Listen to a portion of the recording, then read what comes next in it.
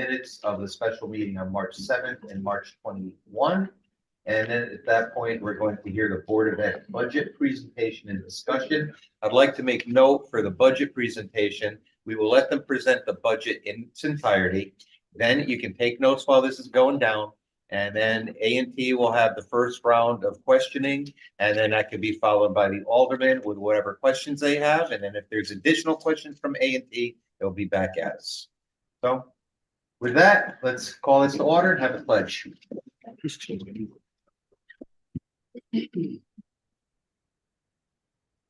Pledge allegiance to the flag of the United States of America and to the republic for which it stands, one nation, under God, indivisible, with liberty and justice.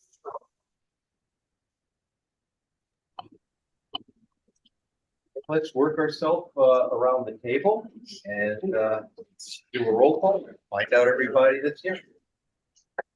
We'll start. Rita J. A&T. Wayne Drag, A&T. Joe Napick, A&T. John English, promoted from A&T, now on the Alderman. Chris Bellamasi, Alderman. John Belden, A&T. Alfred Bruno, HR Director. Eric McPherson, Board of Aldermen. Ben Perry, Board of Aldermen.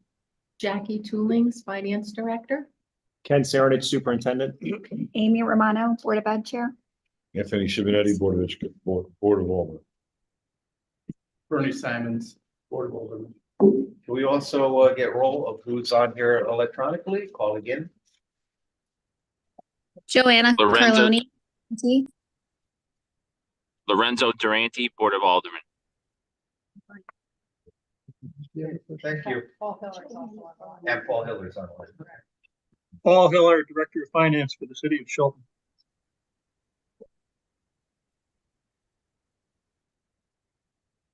Everybody, put your phone on vibrate. All right, first on the agenda is approval of the minutes of a special meeting, March 7, 2024. So moved. Second. Any discussion? Any discussion? Any discussion? Okay, since there's no discussion, do we have a motion to pass it? All in favor? Aye. Opposed? Okay, so moved. Next, we're going to approve the minutes of a special meeting on March 21, 2024. Motion. So moved. Second. Okay, any discussion on that? Any discussion? Any discussion? Okay, since there's no discussion, we'll vote. All in favor? Aye. Opposed? Passes. Okay. Next, we're going to go on to the Board of Ed budget presentation and discussion. So with that, I will turn it over to the Board of Ed to present.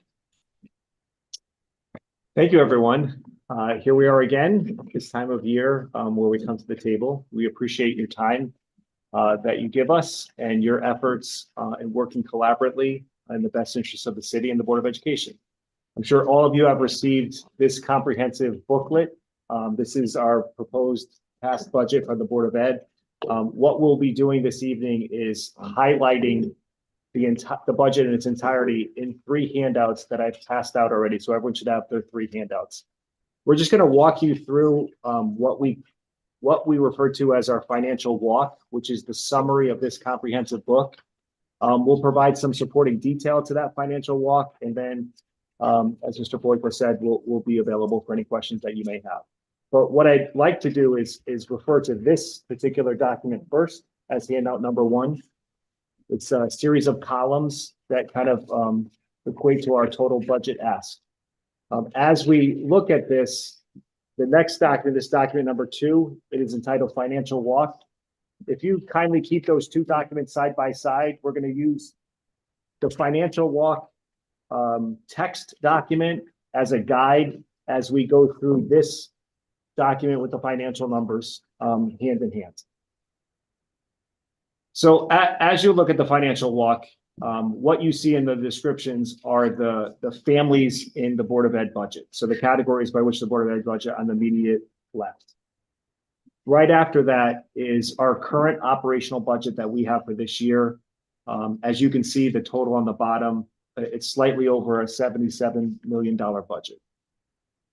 The first thing that we do when we look at the budget, based on the contractual obligations that we have for the 6 collective bargaining units and other employees in our system, is we look at the percentages that those contracts are designed for our, just looking for, oh, sorry, I flipped over the piece of paper. Those contracts and percentages for the employees to determine the costs that we would have to do to meet our contractual obligations for certified and non-certified staff. As you look at that financial walk paper, you will see the percentage increases for each of those contracts that produce the cost of about 1.5 million in certified and a little less than 300,000 in non-certified staff. Since my time on the Board of Education as superintendent, and I know President Inglace can attest to this as his involvement with this, we have worked very well with our collective bargaining units and have had some of the best contracts that we have seen in the city of Shelton in quite some time. I'm very encouraged by the collaboration that we've had with them and the way that we have designed contracts to meet the needs of our staff, as well as being fiscally responsible for our city. Part of that is in part with the collaboration that we have with our attorneys, knowing that Teodosia and Stanek is the attorneys for the city and the Board of Ed as well. They understand the interests of the city. And with that, you can see what I believe are modest and appropriate financial increases for the hardworking staff in the Shelton Public School System. We will be entering in negotiations with 2 bargaining units within the matter of weeks. That'll be our secretarial and nurses. And then we'll have some updated increases on those. Under the contractual increases are also the utility costs. We have an estimated cost of around $50,000. This increase was based by the generated prices and contracts that we have with our utilities providers. This is also worked in collaboration with the city and Paul Hillard as we look at all of our contracts that we have with our utilities providers to get the best possible cost for the Board of Ed and the city of Shelton as a whole. In that, you'll notice at the very bottom of that column, you'll see a number of about approximately $1.8 million, a little over $1.8 million. This is what we see and we refer to as our contractual increases and what would be necessary for the school system to maintain our current status. You know, as we look at all services that we provide in our school system, anything less than 1.8 million, that number below, would mean that we would have to make some kind of reparations in our budget to reduce staff or other areas to other than what we currently offer this year. The next column to the right is called the ARP ESSER grants. I know we've received some questions from members of the Alderman and A&T. We appreciate the questions. We try to get all those answers to you before this meeting so that you have the information you need to have the discussions tonight. One of the most recent questions that we did receive was about our grants that we were able to provide. And when I respond to one members, I provide those answers to everyone so that everyone knows the questions that were asked and the answers that were received. But specifically, there was a grant that was provided to the school system as a result of the pandemic that refers to ARP, that it's called the ARP ESSER grant. It was a little, it's around $4.5 million that we received and were able to spread over the course of the past 3 years. The ARP ESSER grant helped us with additional positions that were needed for the school district. As you see in the bulleted breakdown, the cost for the staffing is contributed to 5 certified staff members, 2 non-certified staff members. And you'll see a number by instructional materials of a little less than $600,000. The instructional materials, as indicated in this financial walk document, is the instructional supplies, curriculum materials, printing, professional costs, and as such. As I said earlier, in my time as superintendent, we've really worked collaboratively with the city in the best interest of all. Having this federal grant money to help subsidize our budget has been helpful for us to meet our needs, as well as helpful to the city to reduce the allocation that they have. But as I've been talking, and you're all aware, over the course of the past 3 years, we said that although the grant money has helped us all, it has generated a financial cliff. Well, we've been talking about the expectation of that financial cliff, and here we are. As of June 30th of this year, all grant money that has been allocated to the school system will be spent. We will have no further grant money to help subsidize our budget. And one of the biggest things that we've done is taken a lot of our instructional supplies that we use for our school system, whether those are programs for our children, supplies that we give our teachers. We've utilized a lot of that grant in a positive way to help reduce the cost spending for the taxpayer. But for us to maintain those services now that we've been using grants for the past 3 years, it would ask us for that $600,000 in instructional. When you look at the rest of the ARP ESSER grant, one of the things that was put under there as well, because of the direct effect of COVID, was that we were able to allocate funds from that in the area of custodial and maintenance, specifically cleaning supplies. For the past 3 years, we've made a significant reduction to our custodial supplies and used the grant money to help subsidize that. Again, when we look at the services that we need to provide for the school system, we need to replace the money that we've used over the course of the last 3 years. That grand total in the ARP ESSER is approximately a little more than $1 million. So those two columns alone, when I talk about current services for our school system, it's going to equate about $2.9 million total to maintain what we're doing with our students today.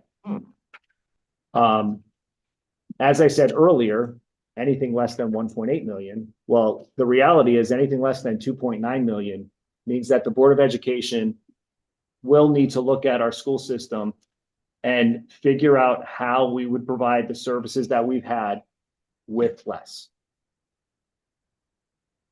We do look at enrollments over the years. We do look at special ed costs, mandates that we receive from the state in all areas, all of which have gone up.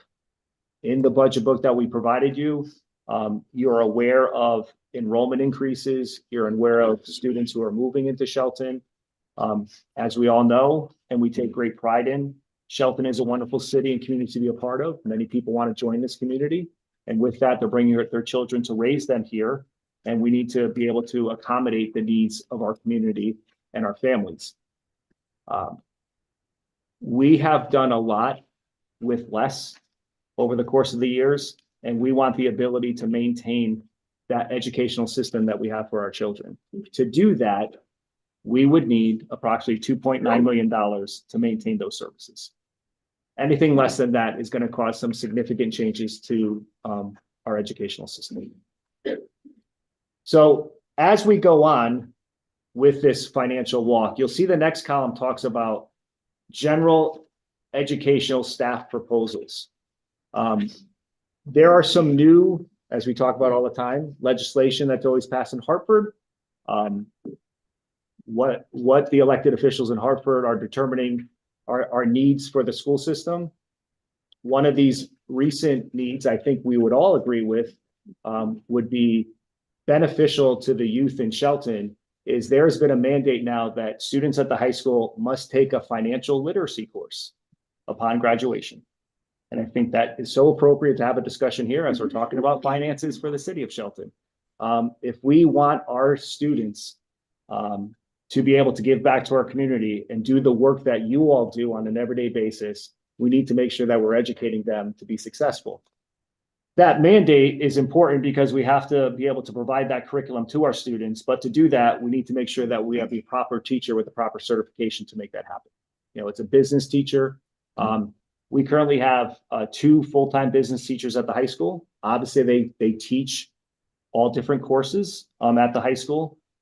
For us to put in the mandate for the financial literacy, we're asking to increase the staff by another teacher. So bring in another teacher, which is the cost that's listed of the $75,000 that we're averaging the cost for that teacher. If we were not to get the $75,000, what that would mean is, since we are mandated to teach this program, we would have to, of course, cut current programs that are being offered at the high school, since this program can only be taught by a business teacher, and those two business teachers right now have full schedules.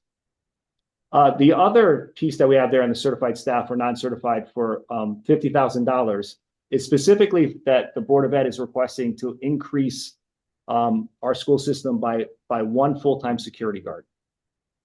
The Board of Ed just recently had a joint meeting with the Shelton Police Department that we think was very successful, very meaningful, and talked about the safety of our children. As the meeting progressed and we talked about the collaboration that the Shelton Police Department does with the Board of Ed in the protection and safety of our children, the question was posed to the police department: if there's one thing that they would recommend for our school system, without even this discussion on the table, they said, hire more security guards. They didn't even have the knowledge that the Board of Ed had already passed that to put that in the budget. But as you can see, for us, it is a priority item that we'd like to make sure is seen. Currently, we only have 3 full-time security guards in the entire school system. The rest are all part-timers. We have the only schools that have security guards are the high school and Shelton Intermediate School. We'd like to be able to provide services for more schools beyond SIS in the high school, but we just don't have the staff to be able to accommodate that. So that's where that column comes from for $125,000. The next column and the 3 columns after that really refer to special education. Now, I know this has been a topic of discussion by many. I know this is a topic that we talk about year to year. There was a third handout that I provided everyone at the table, and it's labeled Shelton Special Ed. If you can pause and just take a look at this document in its entirety, it's going to just show you some numbers here of the increases that have taken place in our special ed population over time. The one thing that I am adamant as the superintendent of schools is that every student gets the appropriate education that they deserve. We have students of all different abilities, and some students require more than others. It should never be a dollar issue when it comes to the education of kids. It should be a no-brainer that we're going to provide services to those kids who need it. And right now, our current special ed population, as of April of this particular document, we're at 890 students in our school system who require special services beyond the needs that we provide all. This document gives you the breakdown of those services and who those students are. You also see a breakdown further down here about new students who have entered the district after July 1st. This was a number that we've talked about time and time again. As we set our budgets and you set the mill rate for the city and we determine the cost for the Board of Education, we set them on the current numbers. That doesn't mean we can put a sign up on our schools and say closed for business. You know, students are moving into our school system all the time, and particularly families who have children mostly move during the summer after we've set the budget. You know, as you see over time, we get these unexpected students who come in there who deserve just as much attention as every student prior to that budget was set. And some of those students come with costs, and it is our responsibility to make sure that we provide the services to those students as necessary. Students have left our system, so we know that we're seeing in Shelton, as you see the demographics, some of the transient populations that come here, and we're accounting for the students that left, but we're also have to take into account the students who come in. And one of the statistics that I want to point out, and this is just characteristic of society that we're looking at and the economies that we're dealing with as well, is if you look from last year to this year, last year we had 14 students in our school system who were homeless. This year, currently, we're up to 41. Now, when we talk about that, what does that mean? That does not mean that these students currently reside in our local homeless shelter. This means that for whatever reason, they've been displaced from their home. There's all different reasons for that. It could be a domestic issue. It could be the loss of a home due to some disaster or fire or such. But why this is important is because the law protects the student's ability to continue their education uninterrupted. There's a law that's called McKinney-Vento, and it's made in the best interest of the child. Children don't control the finances or the situations that happen with their parents surrounding them. If they're involved in some unfortunate situation where they're displaced from their home, the last thing that we want to do to a child's life is then displace them from their school environment. So a family could be displaced from home and they could be relocated into another district. And under the law McKinney-Vento, it is our responsibility that we would still educate that child and transport them from wherever they've been displaced. This is the law, and this is so that that child stays and has consistency in their life and uninterrupted to their education. These laws are made in the best interest of the children, but again, they do come with a cost. We have children all over the state of Connecticut who are at one time a Shelton resident and may have been displaced for some reason that was out of their power or ability, that we want to make sure that they continue here in Shelton. So we send private transportation to pick them up so they can continue to come to the school here, and they will continue to come here because they're our own. And the one thing that's the greatest thing about Shelton and why I'm so proud to live here and proud to have 3 children that I've grown into young adults in this system is that the thing that I've always learned about Shelton is we always take care of our own, right? And these students are our own as well. And it's really important that we take care of them no matter where they are. If they're currently living in Shelton or somewhere else, they're Shelton residents and we have to make sure that we take care of them. If you flip this special ed document over, you'll see other things. And as we talked about as well, you know, we have students who are outplaced for services that our school system cannot provide them. These are determined in what we call as a PPT, which is a placement meeting, a team of people where the parents are involved and educators are involved as well. If the school system cannot provide services to a child, which we do a very exceptional job with providing services for children. And when it comes to our DERG, which is a demographic region equivalent to Shelton, they rank us with towns that are similar to us. Shelton is one of the best districts that are able to provide services for kids in-house. So we don't take outplacements lightly. This is a really exception to the rule, but we can't accommodate all needs for students. You know, some of them need therapeutic programs. Some of them need medical care that are not provided within our 8 school buildings that we have. So they, of course, go to outplace programs. You'll see at the top some of those outplace programs and what there is. The average tuition costs can range anywhere between $45,000 to the largest one that we currently have for a student, which is $189,000 for the tuition costs.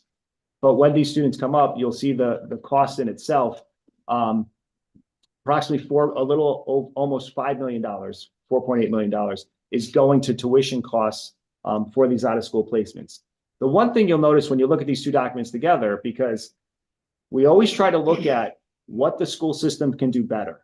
There's always, you know, the questions that are happening about how can Shelton Public Schools budget better, really be accountable for their money, the taxpayer money is there. As you look at the difference between last year, 2023, and last year, 2024, despite the increase in the outplaces that take place, you'll notice that the tuition costs are maintaining. We're doing our best to stay within our means, but we need to make sure that we're funding them appropriately so we don't go over. When you look at all these demographics that are here, and if by all means we get to the question point and we have any questions specifically about the special ed program, I know our director of special ed is behind me, Tracy Hussey, and I'm sure when those questions come up, she'd be happy to answer any questions you may have. But you'll see this special ed column in the middle as I refer back to this document of the financial walk. And you'll see within that financial walk that we put an additional request of about $1.3 million in special ed. This $1.3 million is not being put in as an increase. request to special ed. This is being put in as appropriately funding the demographics that exist in our schools relative to special ed. You know, we have done our best as the Board of Education to provide services for all students. But many of these special ed components are mandates through the state. And we are obligated to take money from one area to fund those mandates when necessary. For us to be able to maintain the services for all students so that all students can get, whether special ed or gen ed, the appropriate education they need for our school system, we want to make sure that we have a solid baseline for special ed so that after July 1st, when additional students move into Shelton or changes are made to our school system, that we're not moving money around from one place to another because we need to cover costs relative to special ed. With the help of Jackie and Tracy, you know, we've done an excessive deep dive on the cost spending of special ed over the course of years. And we realized that the special ed funding within our budget has been grossly underfunded. And we need to be able to balance that appropriately so that we can move forward as a school system. The last two columns are special ed related. But when I talk about these last two columns, I want to mention a really important concept here. And that concept is return on investment. All right. What we're doing here into really trying to help the needs of our students and the costs associated with them and the demands of rising costs to our community and our taxpayers specifically is we have been very creative and in tune to the needs of our students and what we can do to help mitigate costs and save costs for the system and the city as a whole. When you look at the pre-K program, you will notice that there's an ask of a little more than 200,000. This ask is talking about increasing our pre-K program by one full-time pre-K teacher, a part-time school psychologist, 2 paraprofessionals, and some instructional supplies. The reason why this need is necessary is if you refer back to this special ed demographic page and that bottom half there, the second, when you flip it over, you'll notice in the middle, there's a section marked pre-K. You will see the numbers of enrollment associated to our pre-K program. I am extremely proud as the superintendent of what we've done with the pre-K program in the Shelton Public Schools. We've gone a long way in a short amount of time. When I took over the position as superintendent, we were cited by the state in our pre-K program and relative to what we were doing and meeting the needs to our students and how that program was being designed and what they refer to as the ratio between non-disabled peers. We're required as a public school, you know, that any child who qualifies under birth to 3, when they get evaluated from birth to 3, and they have any type of developmental delay or issue that needs to be accommodated, that we need to provide in our school system a pre-K program, which we have done. Over the course of the past few years prior to my appointment as superintendent, based on the budgetary needs within the city and what was funded for the Board of Ed, a lot of the funding to sustain the pre-K program really went towards the needs of the students who were qualifying for out of birth to 3. There was an inequity in the program, and the law requires that you have a balance of disabled peers with regular peers. Knowing the needs of the city and the funding that we had, we made some dramatic moves to partner the school system to partner up with the Valley Readiness Council and to look at some options that we could do with grants to help fund our pre-K program. We've done a tremendous job in getting other sources of revenue to help sustain and grow our pre-K program, to adhere to the balance that the state requires us with non-disabled peers. And we did such a great development in that program that this past year, and I'm sure you read about in the paper, that we decided to look at other funding sources. And one of those was to become a NIAC accredited pre-K program. which is an accreditation for us that shows parents out there that we have a high quality program to offer to your children. They set high standards for the instruction of our youngest population.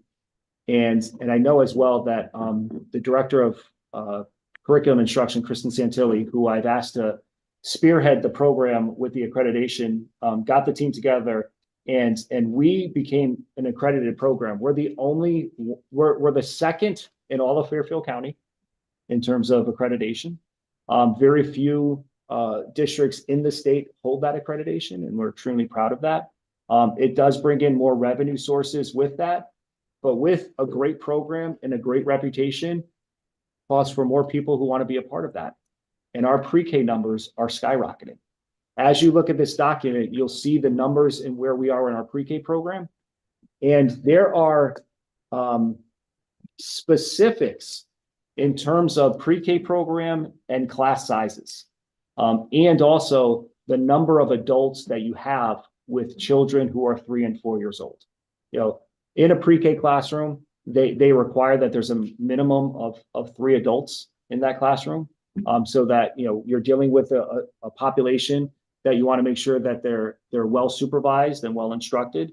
So we have to populate that program appropriately, and we do have the needs of our families who want to invest in our school system at an early age to help educate their children. We're proposing in our budget with this increase in pre-K to bring in some additional staff to expand our program and accommodate them.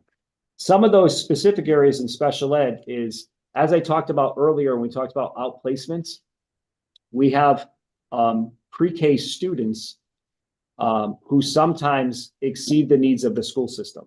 And although we have them in our program, when they progress to kindergarten, they become kindergarten ready and they'll enter one of our schools. If we don't have the program needs for them, we may need to outplace them.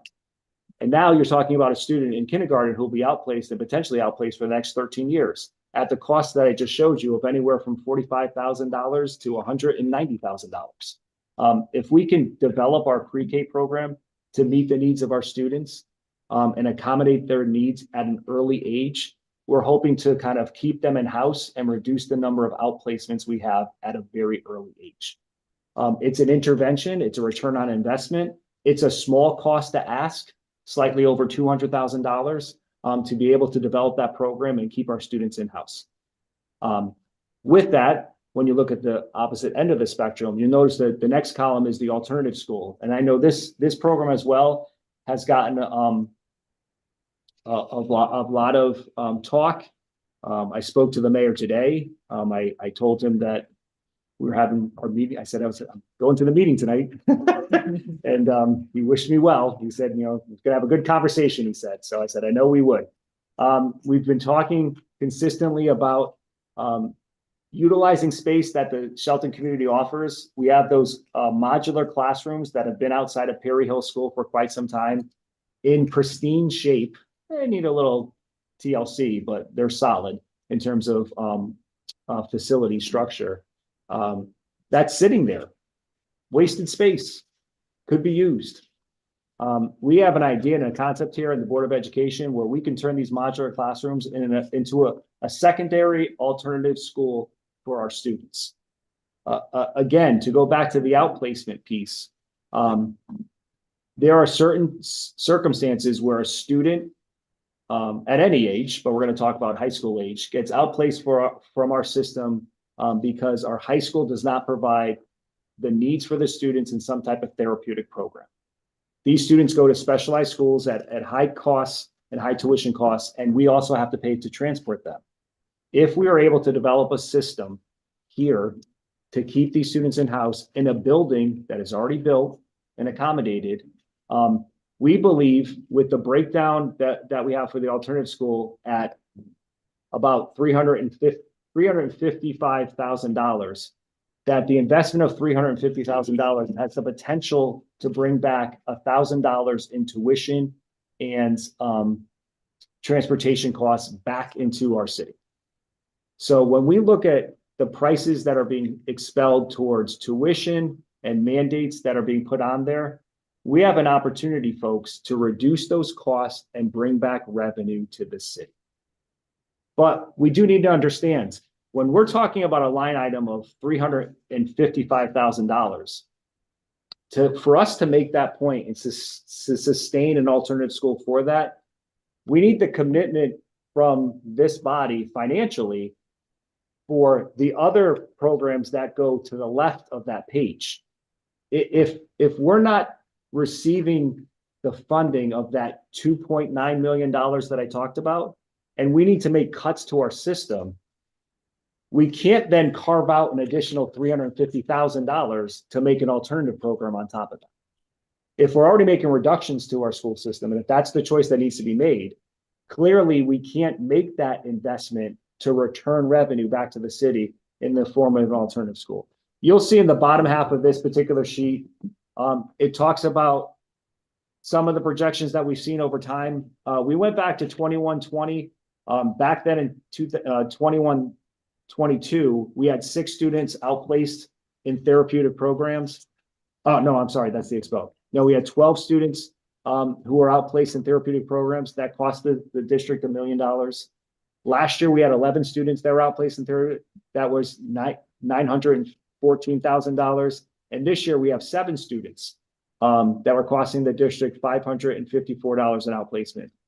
Those costs would be eliminated if we had a therapeutic alternative school here in Shelton. We have the building, we just need to staff it. You'll notice as well, next to that, it talks about expelled students, because in our ability to try to reduce costs and put this program in place, any type of therapeutic program has a shortened day schedule. That's part of the program. Students would enter the program on a different time frame than your normal high school program. If we staffed the school with the certified teachers who would run the program for the alternative kids during the day, in the afternoon, those teachers can provide tutoring to students who need those tutoring programs in our system. We have students who get homebound tutoring and all different tutoring for all different aspects in that student's life. When that happens, a student is assigned a tutor. It could be a teacher who works outside of school hours, and they get paid at a certain rate. The average cost to educate a student in homebound tutoring per year is around $16,000. So it's $16,000, and obviously our teaching staff who are teaching our kids during the day can only do the tutoring after school hours because of obviously the contracts that we have. If the teachers are working outside the school day, they get paid an additional stipend. That's where the cost for the $16,000. If we were to run an alternative program on a shortened day schedule and add staff in that program, we then can provide students not only a location where they can be educated, because I'm sure many of you have gone to the public libraries as such and may have seen teachers with students doing some type of educational program. Those could be students in our system who are receiving tutoring services.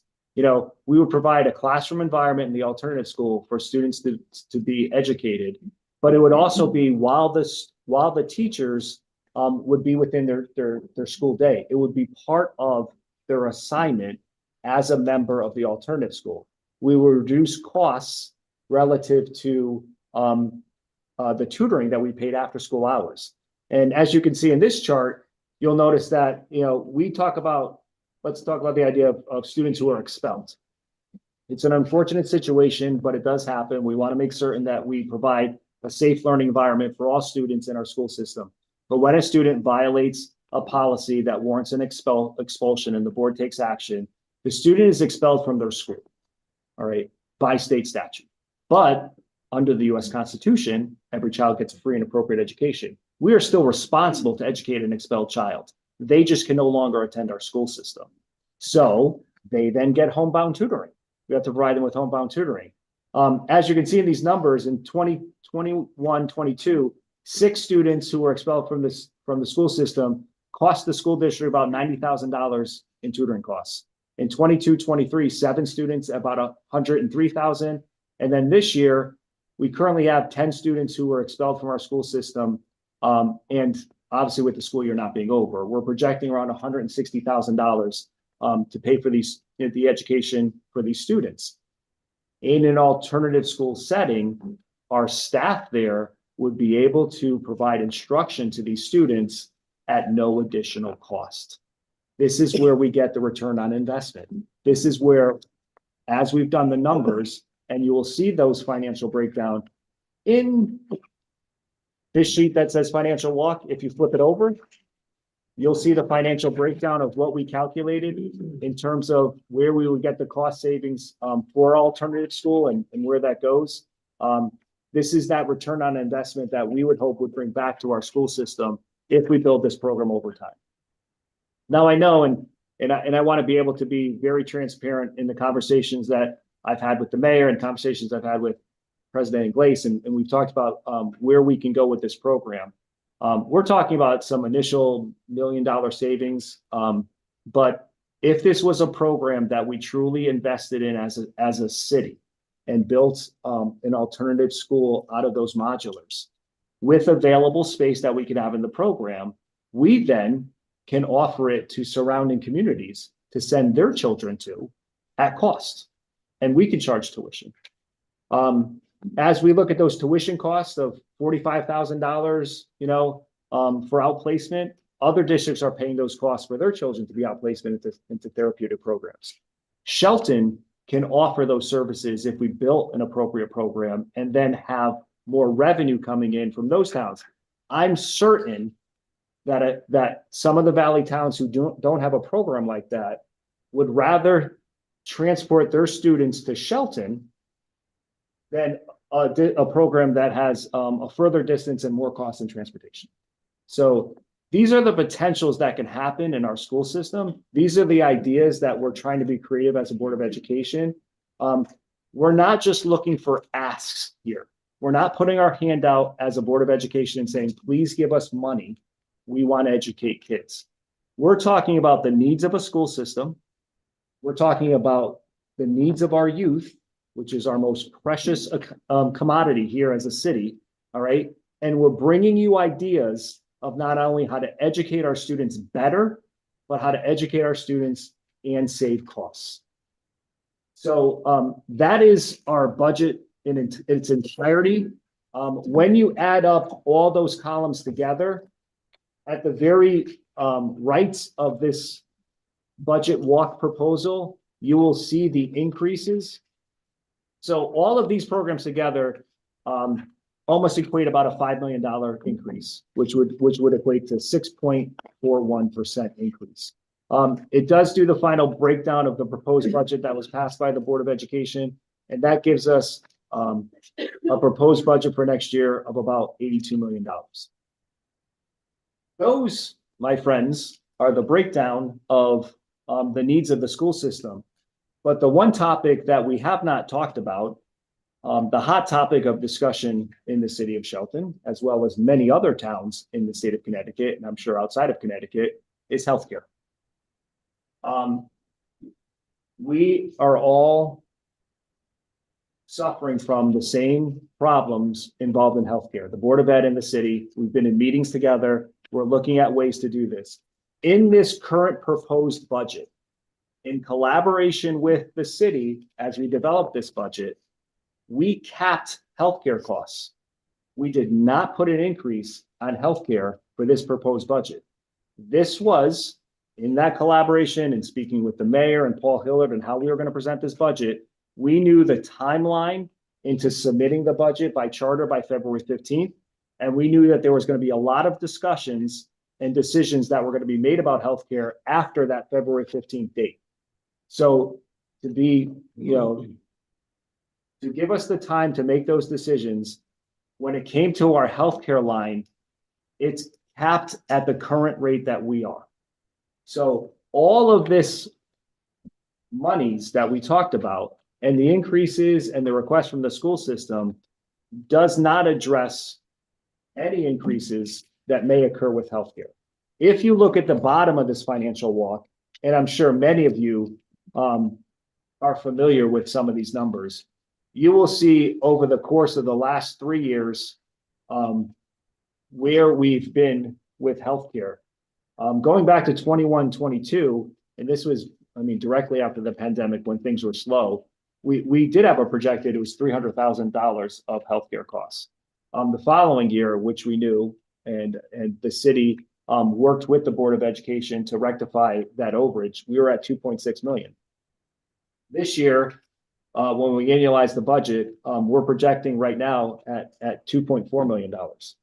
And I know the city is projected to be over as well.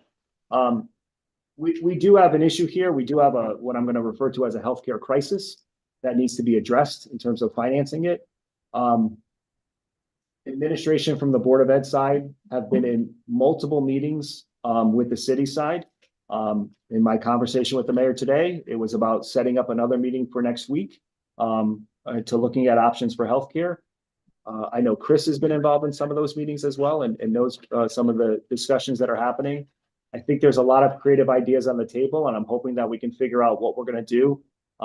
But as we plan for this budget, we need to be aware that healthcare has to be addressed in some way. If it's not addressed in some way, and we don't take that into account when we look at the increases that we're requesting from the Board of Ed, we'll go nowhere with these increases when we have to make the adjustment for healthcare later on. It's something that we really need to solve together, but until that issue is solved or addressed in some way, we really can't move forward with addressing the needs of the school system. We have looked at our budget. We've looked at some of the possibilities with the budget. Where we are with it, the Board of Ed as a department of the city is on the city's healthcare plan. And as we, with that being said, we've even looked on the Board of Ed side. If we eliminated healthcare as a line item from the Board of Ed budget, yeah, I know it doesn't address the needs of how it's going to be paid, but if it was absorbed in the city's budget because the city ultimately funds the Board of Ed budget, we would make our budget every year. I mean, we would be right spot on, within where our budget allocations with all the mandates that are out there, with the increases in enrollment and special ed costs. The Board of Ed would still be able to rectify our budget if healthcare wasn't a line item attached to our budget. I mean, but we realize the reality of it, working with the city on it, that it has to be addressed. But it is the number one driver that it's affecting where we are with costs and how we fund our school system. With all that being said, that is our presentation on our budget. And I guess at this time, we'll open it up for questions.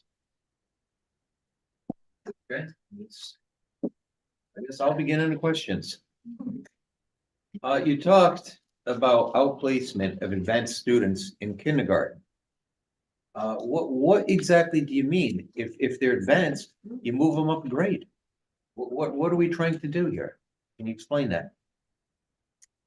I am going to ask Tracy Hussey to join us, but I don't understand where you're getting the term advanced kindergarten students. I don't know where you gave a part in your presentation about advanced students, that sometimes the students are more ahead of the class that they're in.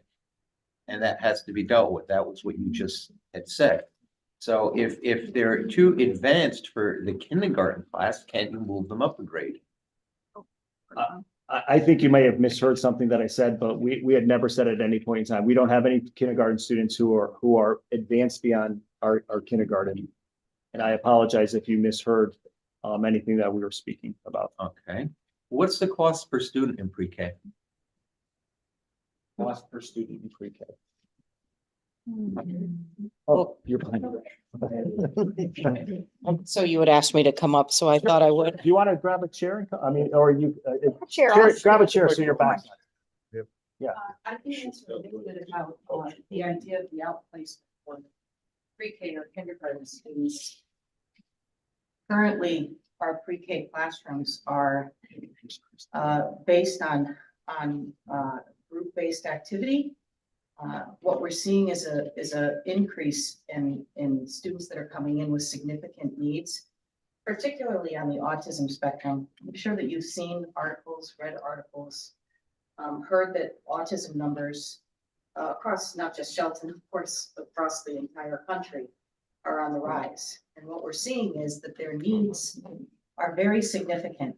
And the current pre-K classrooms do not have the capacity for very individualized instruction. Some of that instruction for kids on the spectrum at a very young age is based on ABA principles, applied behavioral analysis, and requires a very unique, discrete, one-to-one instructional format.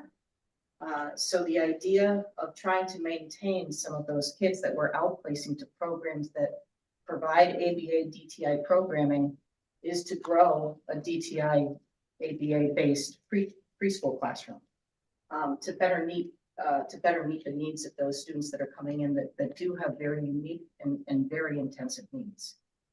So, Okay, can you give me a number of the special needs students in pre-K?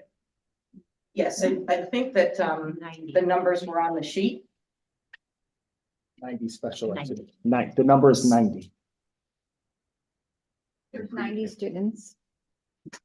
in Pre-K. Here, this pre-K, if you just total it up, it's 90 students in pre-K. Okay.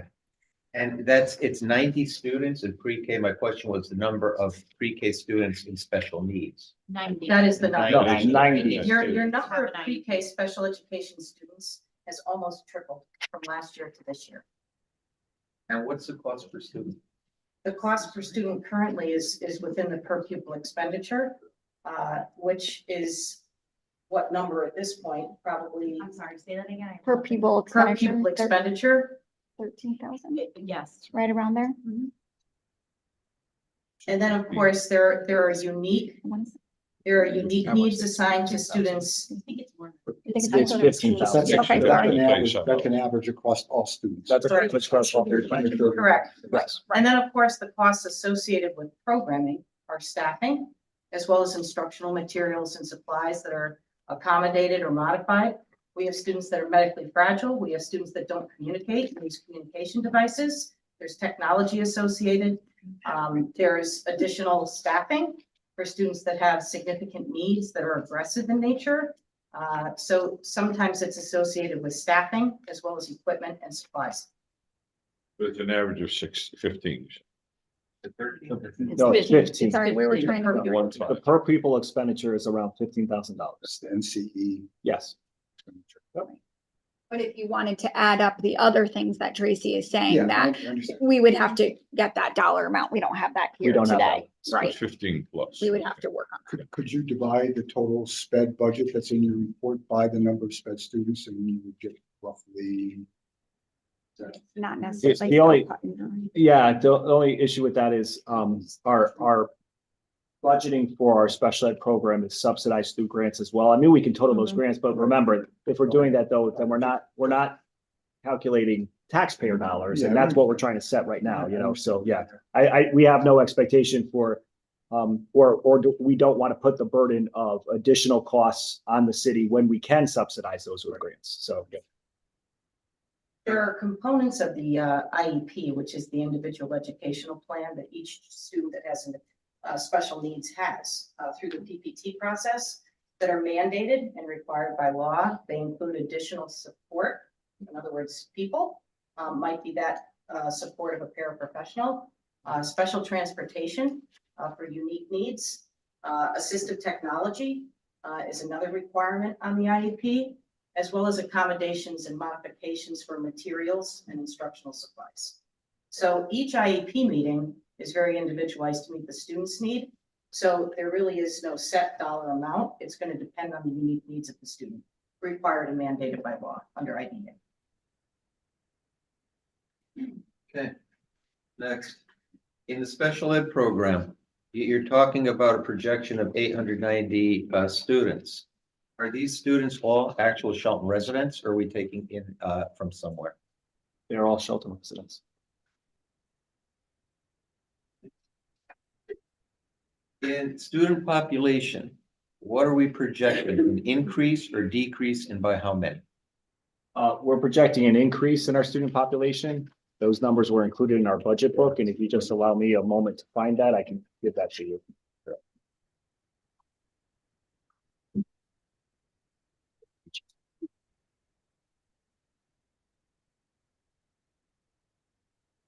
Page 17. Thank you. 17. Item number 15. Wayne, you should Yes, You have it Oh, memorized? can't be page 17. Don't My page get this 17 is far. not. Is your 17 Not that. different than this? I don't know, I've got, mine says There it is. total sped enrollment is 864. So, from last year to this year, we have an increase of 41 students from last year to this year. But if you heard what Tracy mentioned, even though that's 41 students overall, she was saying the pre-K numbers from last year tripled. So even though, it's only 41 students overall in the district, we're obviously clearly seeing a lot of kids coming in on the lower end. It depends on where it's coming in through the grades. So that's why she's saying triple there, but of course, overall, kids might be leaving in other areas, other grades. Right. We talked about financial management course mandate. How many business teachers do we have currently in the high school? I said two. We have two. I said that. We have two. Yep. Okay. Instead of doing this in separate classes, could this not be a program set up lecture hall style? 30, 50 class. So I don't know if we have the facilities to do a lecture hall style for the students, nor would I think it would deem appropriate to have an excessive amount of students in one classroom with one teacher at one time. Do we have a lecture hall in the high school? We do. We have a, Can I jump on that, being a teacher of finance? We typically don't do lecture halls for finance for our undergraduate students, at least on a university level. It has to be a much more personalized type of class. It requires, oftentimes case studies and things of that nature. So it's got to be a little bit more customized rather than, it's not like art literature or something like that. So it's a little bit, or quite a bit different in terms of the pedagogy that's involved in delivering the course. and there are stipulations within the teacher's contract to keep class sizes under 30. And if they are above 30, then we need to make some kind of reparation to the class, which would require us to have some additional staff in the form of aides or something. You're better off just having a teacher teach a course at appropriate class size than investing in classroom aides to do a lecture hall. Well, we on A&T wouldn't know that, and we're trying to, keep everything manageable here. So I would not know that you would have to have. aides. No, that's why I'm answering your question.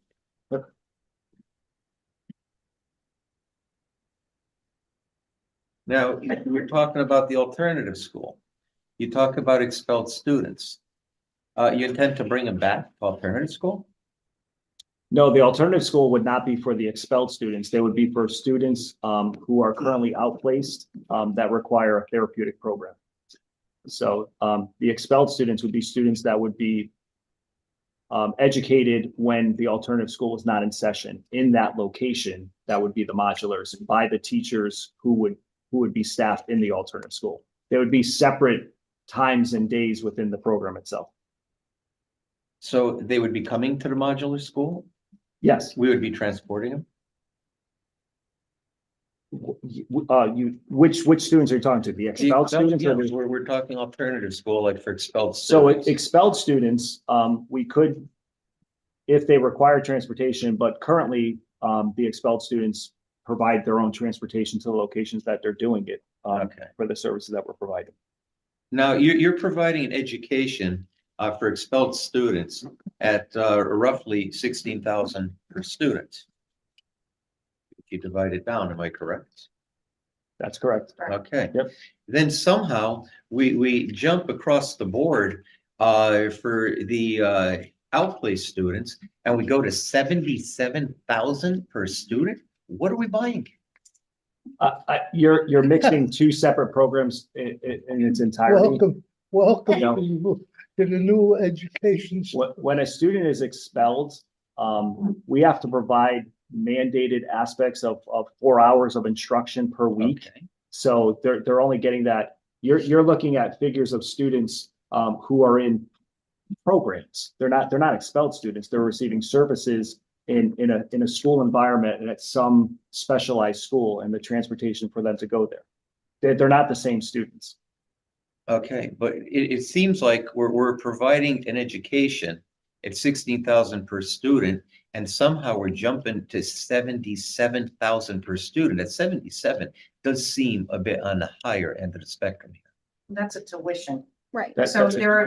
there are special education schools throughout Connecticut that are private schools that are approved by the State Department of Education. When we do not have a program that meets the needs of students with IEPs, we often have to look to some of these providers, and we will make the recommendation for one of those settings through the PPT. So those are tuition programs that are schools separate off of our campus, and they have specialty realms. So some of those private schools are for students that have significant mental health and social and emotional concerns. Some are for students that are medically fragile. Some are for students that have significant aggression and significant cognitive deficits that require highly individualized instruction.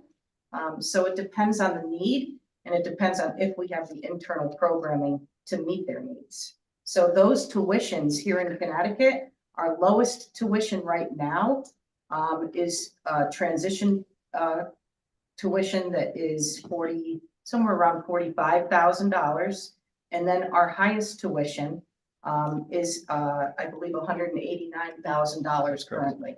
So those programs, depending on need, will charge us for the services. And it also, some of those services are those paraprofessional supports, as well as all of the related services that are part of their tuition program. Could be speech, OT, PT, BCBA support, behavioral support.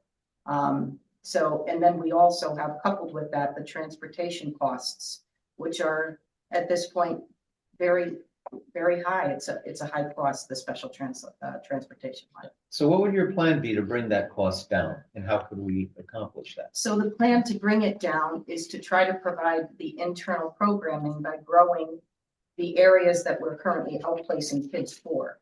So right now, the alternative high school would focus on students with significant mental health needs, students who are chronically absent and not attending school, students who are school phobic, students who have such depression, suicidal ideation, anxiety, and they need a therapeutic approach in nature to address and get them through their school day. That's what the alternative high school would address, that population. The preschool would be another program that would hopefully keep kids in district and have us not outplace them by growing a program that is ABA DTI specific, meaning that they would receive highly individualized instruction to not have to be outplaced to, let's say, an autism program out of district. Okay, we're talking now on homeless status, 41. How is that work in any type of state funding? I would think there'd have to be something, because that's not something common that we should have to even be addressing homeless status. And I don't know, we have that many people in Shelton homeless, or we getting in homeless people from other areas? How do we end up with a 41 homeless status? So the McKinney-Vento law is a law that's in place. School districts are responsible for following McKinney-Vento. Homelessness doesn't only mean loss of a home, but it also means displacement. Displacement could be temporary. We have families that are evicted, families that move in. Sometimes even you find after storms where there's, loss of homes. Sometimes it's people coming and living with family members. Sometimes it's the result of people escaping from violent situations. They come into shelters, they come in, and if they come to Shelton and they register in Shelton, Shelton becomes the school of origin. Even if they leave Shelton and they, let's say, move to Bridgeport, or let's say Bridgeport to a shelter, still the school of origin is Shelton. And the family has the right currently under McKinney-Vento law to express that they want the educational stability to continue in Shelton. And we have to share costs for transportation with the town that they're currently living in. So there are specific laws to it, and it's kind of a formula, and often we will share some of that burden and responsibility with, let's say, the town that they might be residing in within a shelter. We work very closely with the other school systems to make sure that we are providing transportation, sharing costs. Usually it's a 50-50 ratio. We also will work with our transportation company to see if we have a run that we can double up students on so that we're not incurring new costs. Who oversees this program? I do, I'm the McKinney-Vento liaison. Okay. Now, over here, it's talking about 41 being special education. What's our total number of homeless students? It's not 41 special education. That is just your number of homeless students. It's included there because it is a cost. So our specialized transportation includes transportation for homelessness. And it's important to note that you have that population and the number is rising. You know, there's also an avenue for looking at 211 data for your city of Shelton. If you look up 211 data, you can find all the 211 calls that your residents in Shelton are making for mental health reasons, for housing and temporary housing, for suicidal ideation. I mean, there's a lot of different needs that are definitely expressed. And that's a great place to look at that data to see what's happening across your town. John, you're getting an education. We all are. Keep it up. We're here for it. We have to Yeah, understand what's going on. That's over right. here. We're educating the community at the same time. Okay, let's jump onto electricity. What are we realizing from solar programs, and what could we do to expand that? Do we think that would be wise to cut our costs? You're looking at a $50,000 increase. What could we do to fix that? And that's an initiative. Any kind of addition to solar is the city. That the Board of Ed doesn't determine whether solar panels are going to put it on a school. That's a city project. That would not be ours. Okay.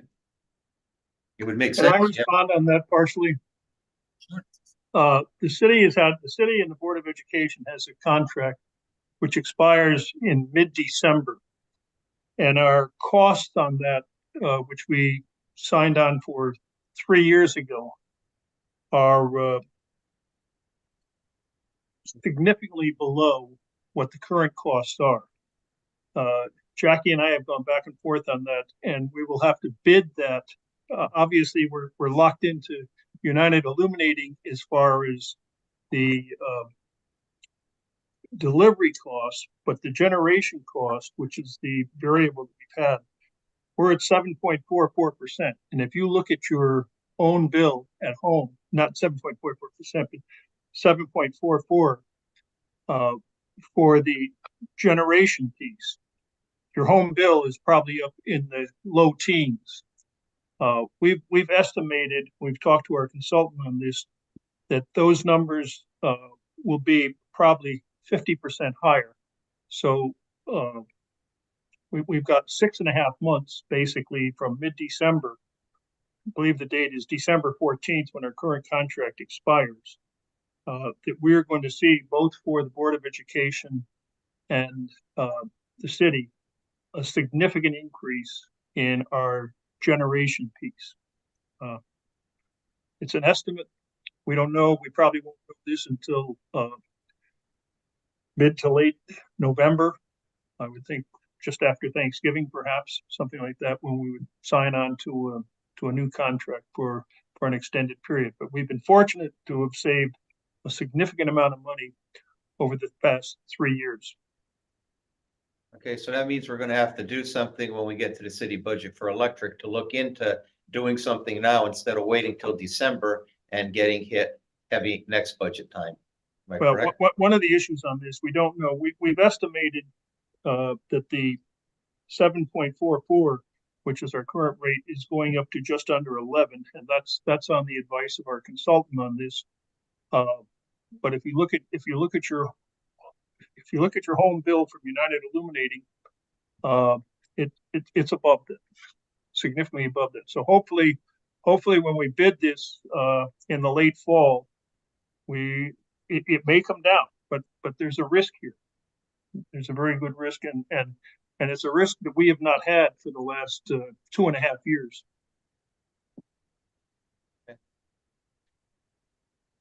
All right, A&T members, who wants to go next?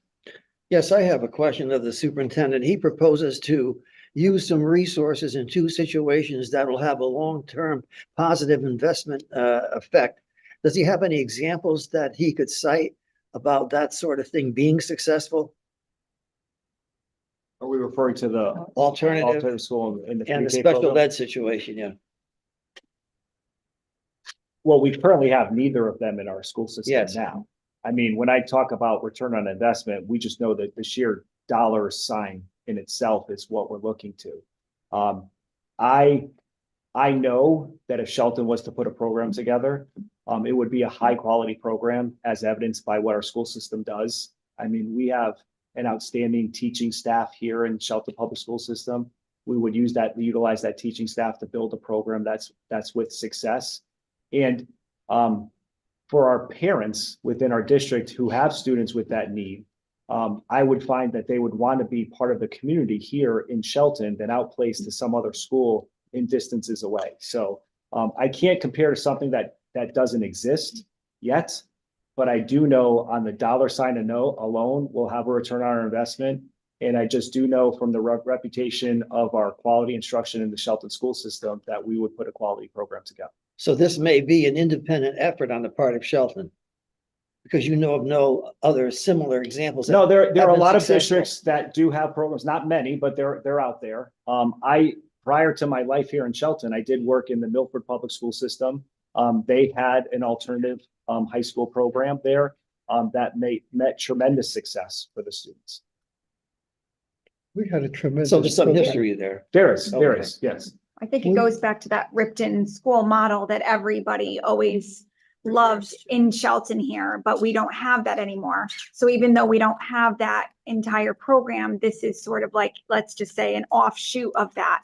At least this starts building back towards that model again.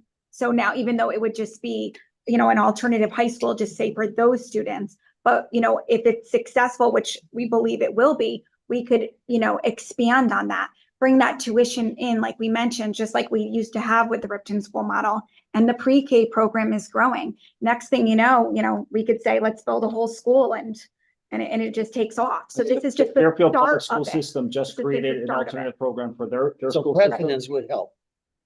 Yes. Yeah. The Fairfield Public School System, they just did it and knowing what they did in Fairfield, they had to acquire a building to do this, which cost more cost. Just to- We have a building sitting here, that, we know we can utilize. So To simplify the answer, this has been in discussions for 6 to 9 months now. Yep. The mayor, and I'm not speaking for him, but the mayor and I have been part of it, and we're both totally committed to it. Right? that is absolutely correct. But as I shared earlier, for this program to be successful and sustain the program, we have to put that investment in there, but that investment needs to Yep. go beyond the needs of the school system. We can't take away from the dollars that are being offered to the school system to run this. Sure. Yeah.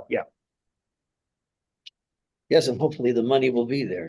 Well, From your lips. I think to, the last communication that I heard on this was that when Ken was asking for the money, the mayor said, "Don't worry about the money. We will do the project." correct. That was the last Right. correspondence. So the mayor is going to take on the project, the city going to take on the project and make it happen. Which is fine. Get it done. We absolutely, and I'm appreciative of the mayor's encouragement. I know he has said it 1,000 times, make it happen. I know from the Aldermatic side, we need to have that capital commitment because someone like Tracy down the end of the table can't have students make commitments to come to Shelton unless we have the financial commitment that the school's going to exist in September. We'll get ourselves in a bind if we start You're talking changing about programs. Students from outside the program. Right. Well, we're talking about our own students. Yeah, the outplaced students, we Outplaced. can't bring them back unless we know this, it's there. So I think what we're looking for is that capital, here's the money, make it happen, so that we can move forward. Yep. That will not be an issue because Glad to hear it's the 2024-25 budget year. That when that commences, the alderman can take an action to appropriate the money for that purpose. And it's that simple. And and I'm sure they're gonna be behind it. Okay, great.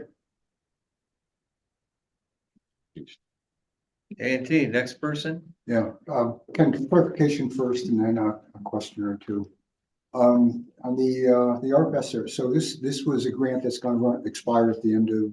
We have 2024. appropriated all of the funding for that grant, and it'll run out when the school year ends. Okay, so the expense here is truly expense just to continue what you're already Correct. doing. For us to sustain what we have been doing for the past 3 years on this money, But the we're grant asking. is going The away. grant is gone. Yep. And there's, and just to be clear, the Shelton Public School System makes every opportunity to get any grant that's available to us. So, I mean, we're always looking for other sources of revenue, not just tax dollars. This was an opportunity for us that came out of a unique situation under the pandemic, and we've utilized every dollar of that for 3 years going. So just to sort of macro view of your financial walk here. You've got $1.9 million of contractual increases, which, you know, those are fixed. You've got another $1.1 million from the ARPESA grant, which you said also helps us maintain current level of services. If I add the special education into that, another 1.3, we've got about $4.3 million worth of, I'll call relatively fixed expense. That's non-discretionary. It's Yes, I agree to that. Yep. that way. So we're starting with about a $3 million gap. Yes. Now, what also comes to mind here, the comment you made about the health insurance, that you're capping it at $8.2 million, which is what was in the prior year budget and doesn't recognize the overruns that you're currently experiencing. So there's a risk to that, some magnitude that you have to work out in the city. I'd also like to point out that if you go to the detailed object code listing of the budget, there is also some 40 other line items that are capped. They haven't changed from year to year. And that's, to me, you know, I wonder whether we're really recognizing, you know, social, economic issues and regulatory issues in here. That sort of jumps out as me as a risk. Am I looking at that correctly? I agree with what you're saying. And the capping of those some odd whatever number line items you're saying is because I counted them. it's obviously we can only stretch the dollar so far. So we get the allocation from the city and we have to make determinations of what will have increases and what will. All right. Something that's sort of near and dear to my heart.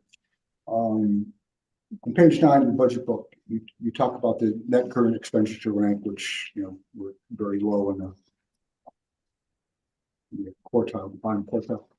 Can you comment, particularly pre and post COVID, can you comment on how the students have done in terms of the next generation accountability scores?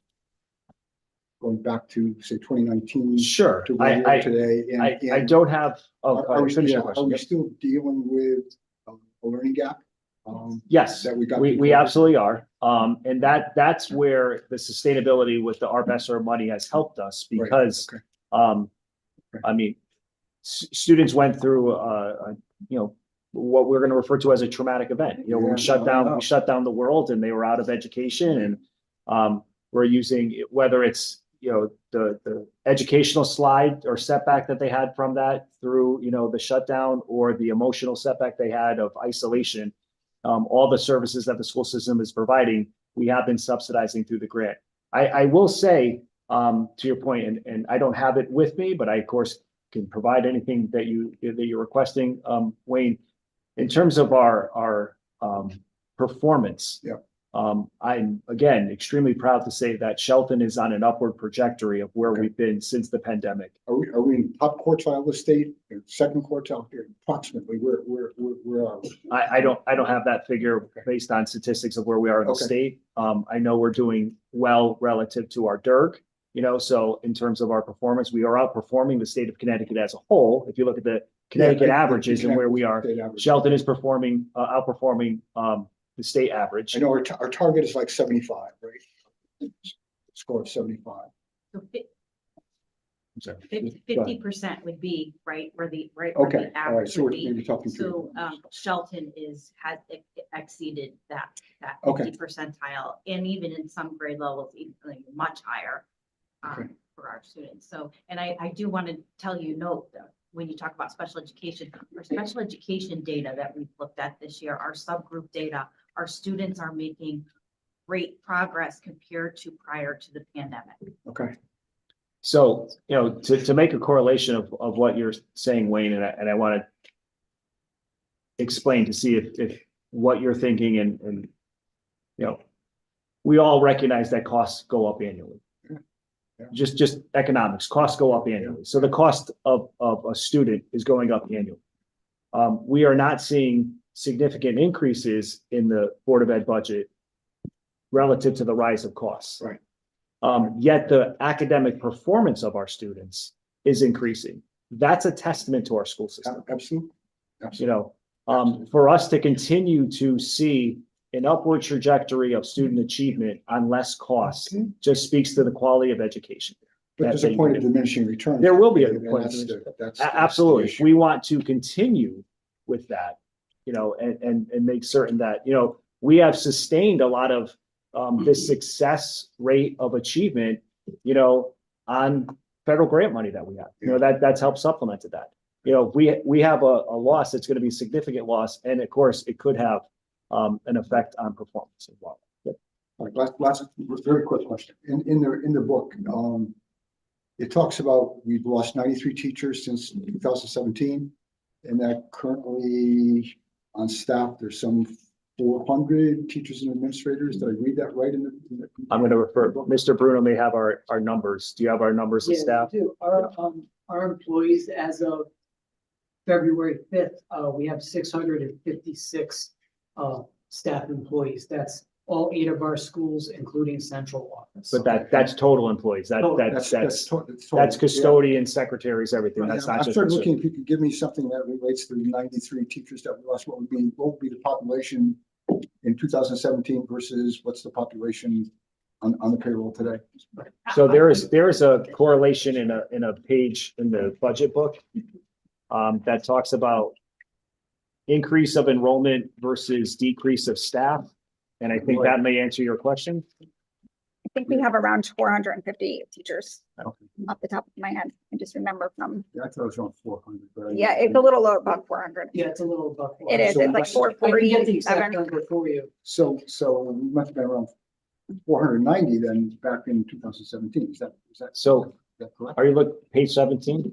Yeah, I think that's what it was. What's the point? Page 17 goes back to What's the point? 2014. Does a correlation What- between what's the enrollment. point? Are we talking about the budget from 2017 or? are we No, talking no, I'm about just the trying budget to, it 2025. says that we've talked about 93 positions being lost to today. We're just trying to understand what those two benchmarks were, that's all.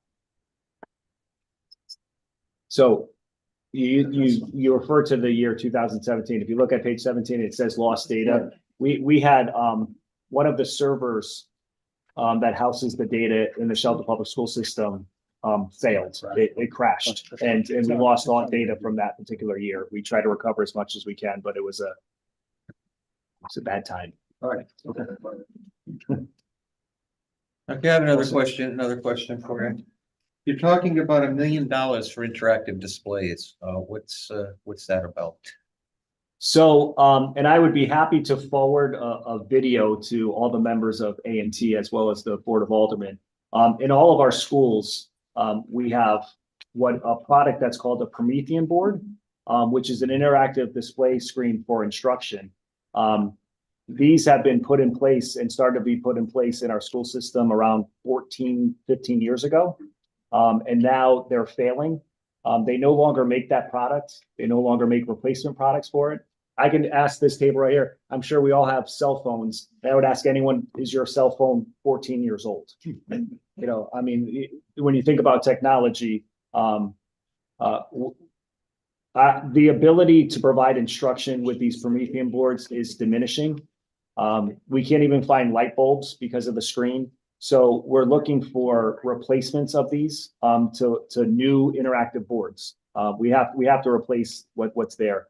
these boards as well as when they were installed, especially when they refit Perry Hill School. Every classroom in our district has them, but at the time they refit Perry Hill School, they refit them with the interactive boards to be state of the art, when we were doing that.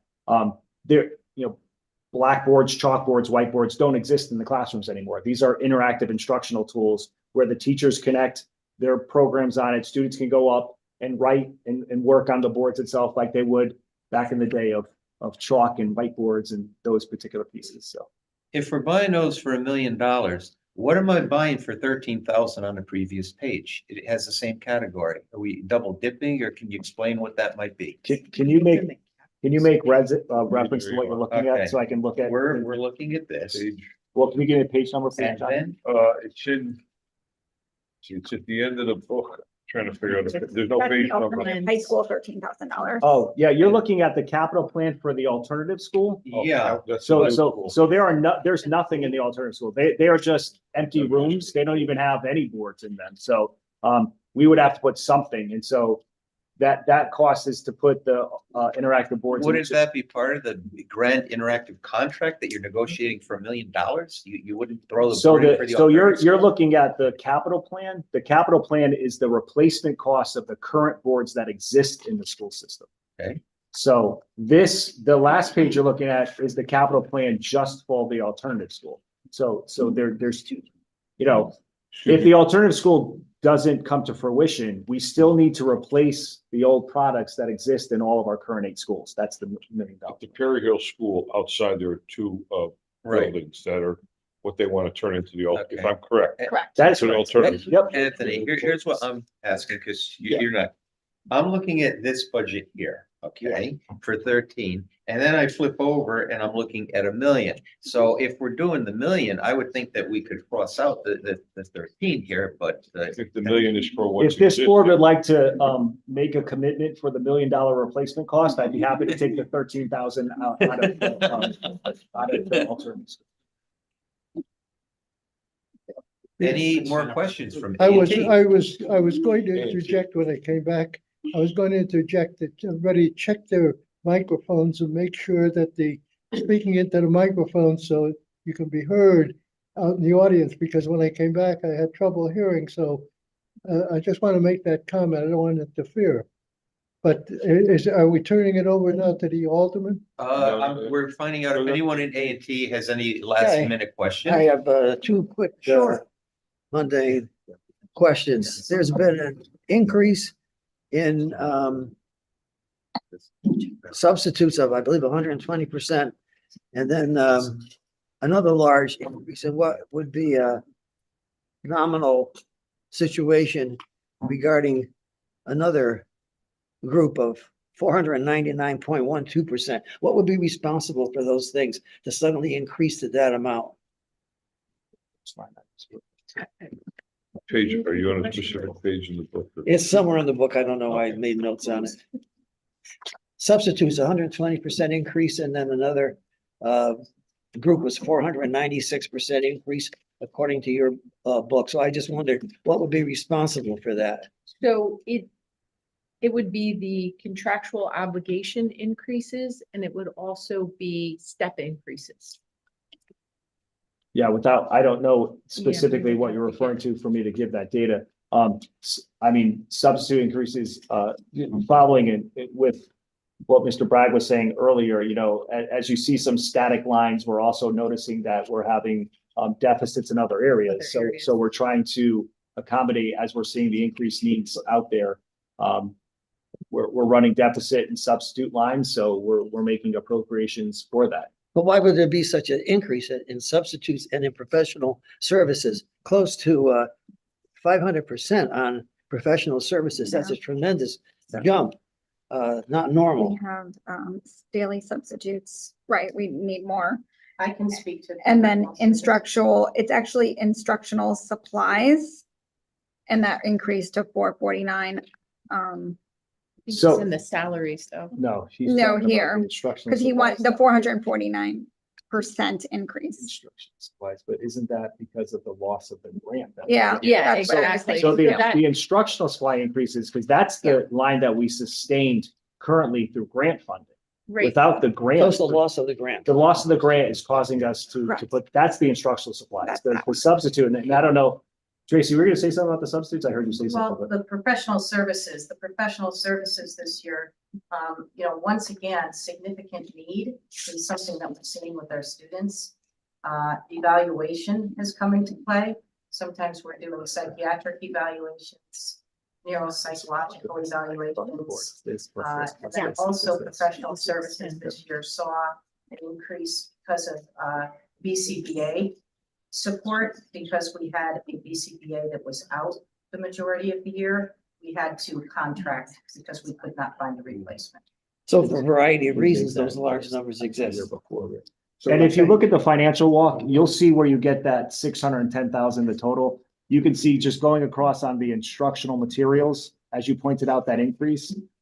We walked through that, and the majority of that comes out of the loss of the grant. With the loss of the grant, there's that significant loss into that one line. It's object code 5640. Yeah. Yep. So the next budget season, those things shouldn't exist, except for the one that she describes. Yeah, if we do not have the replacement in tax dollars Yeah. for that line item, then all those programs would no longer exist. Okay. Okay, any other comments from A&T? Move on to the Alderman. I want to make some opening comments. Can you hear me in the back of the room? I don't want anybody to miss this. And I don't mean to make this sound political, but I just want you to understand that the budget that we're talking about in the city of Shelton, especially that part of the budget that affects the Board of Education, impacts starting with the federal government through the state government and down to us, with the city paying the bulk of the Board of Education's budget. So I'm going to be specific in the comments where this is coming from. Biden's Department of Energy is spending $6 billion on climate projects to promote new jobs, engage local communities, and advance diversity, equity, and inclusion. That's real pertinent to our Board of Education, the city of Shelton. They are printing and spending borrowed money for these programs, adding to the national debt and continuing to raise inflation, which in turn raises the cost of consumer goods, government services, and local taxes. Such misdirected spending is now having a direct impact on the education of our children at the local level, especially when they recognize the need, but then prioritize climate issues over learning. Such misplaced priorities are impacting Shelton's budget this year, believe it or not. The City of Shelton and the Board of Education continues to work with the Connecticut Conference of Municipalities to reinforce education priorities, to reduce them to law, and ensure their continued funding. We had them in here last year. Remember during the budget session last year? I couldn't get them to come in this year, but I did get a report from them. And special education is a classic example. But we are, believe it or not, I think we are making some progress. The progress is so slow, it's almost discouraging. But I'd like to summarize the latest report that I received from the Connecticut Conference of Municipalities, which in effect mirrors what's going on at the state budget at the present time, as of April 1st. The most significant proposed changes could come to education, they report, where the governor has proposed eliminating the newly created $150 million education finance reform line item, reducing the K-12 education funding by $49 million, and using the reallocated funds to increase spending on early childhood education. Well, I guess he's saying, where do you want it? And the Connecticut Conference of Municipalities will provide a comprehensive update on the proposed budget adjustments. Later this week, they propose.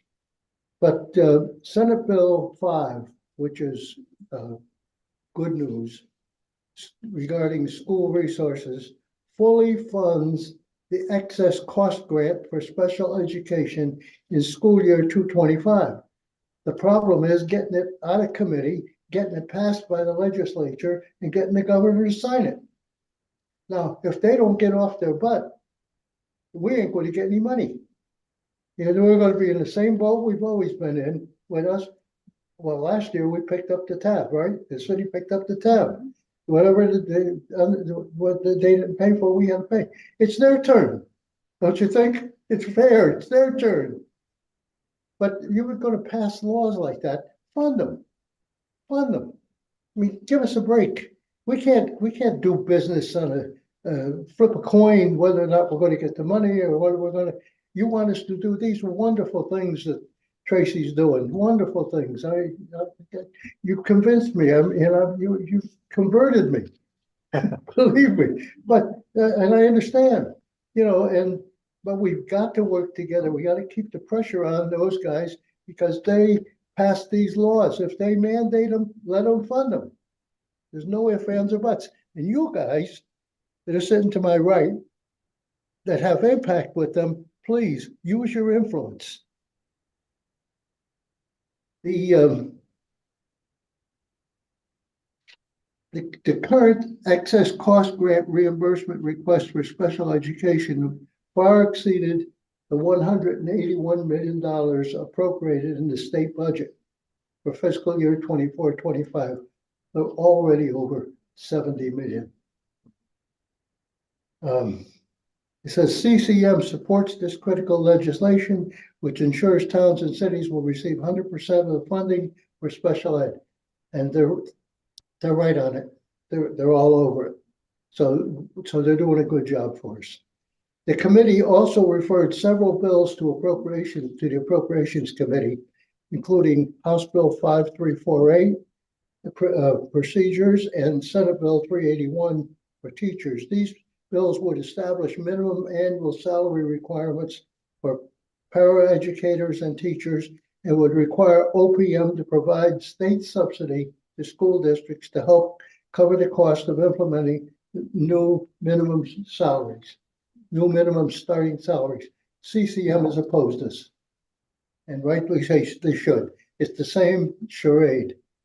You legislate it and you don't fund it. Come on. We played that game for years. It hurts people. It hurts the progress that you've made.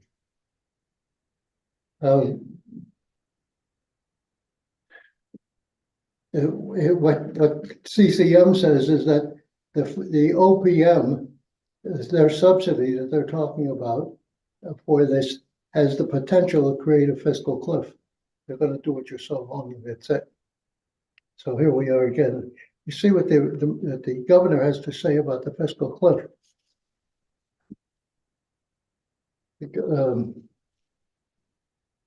Maybe it's here. No, it's here. Here it is. This comes from the. This is a quote from the Parents Defending Education National Organization. You will also note that the fiscal cliff discussed is widespread throughout the United States, and the impact views from state to varies from state to state. This is not the first time that one-time non-recurring federal funds have been spent for recurring expense items. That's the fiscal cliff. The bottom line, school districts who have spent ESSER funds to hire staff will be looking for states and/or municipalities to provide the funding for 2024-25 or face the probability of reductions in staff. And it goes on to say, Lamont, for one, has expressed, he's been real vocal, he has expressed minimal sympathy for these districts, arguing that they were wrong to spend temporary federal money on anything they weren't willing to sacrifice when the funds expired. Fran Rabinowitz, Executive Director of Connecticut School Superintendent, says, we're just hoping that the municipalities in the state will probably not be able to give us the full amount, but a little bit more in the budget. And I think they did. In all fairness, I think they did. I don't know the exact number, but I saw something.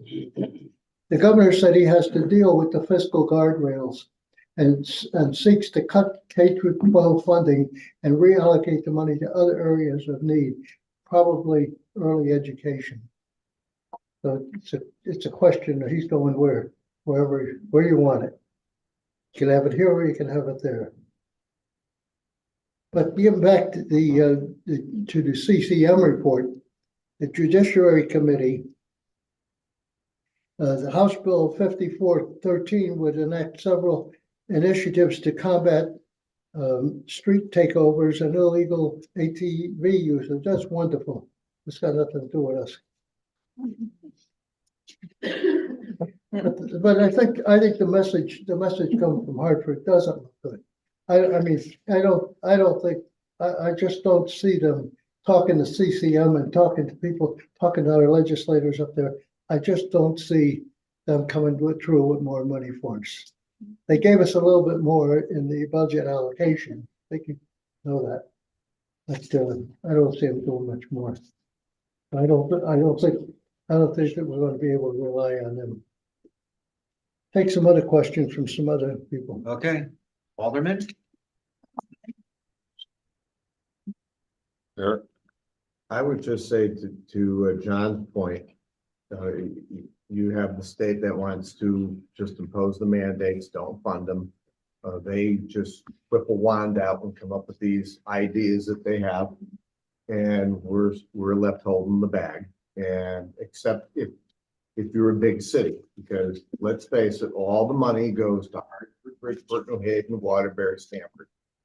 And I believe, as the superintendent alluded to, equal education under the law. Well, they're not giving equal education when they give the bulk of the money to the big cities and they let the little cities, the smaller cities, dangle in the wind.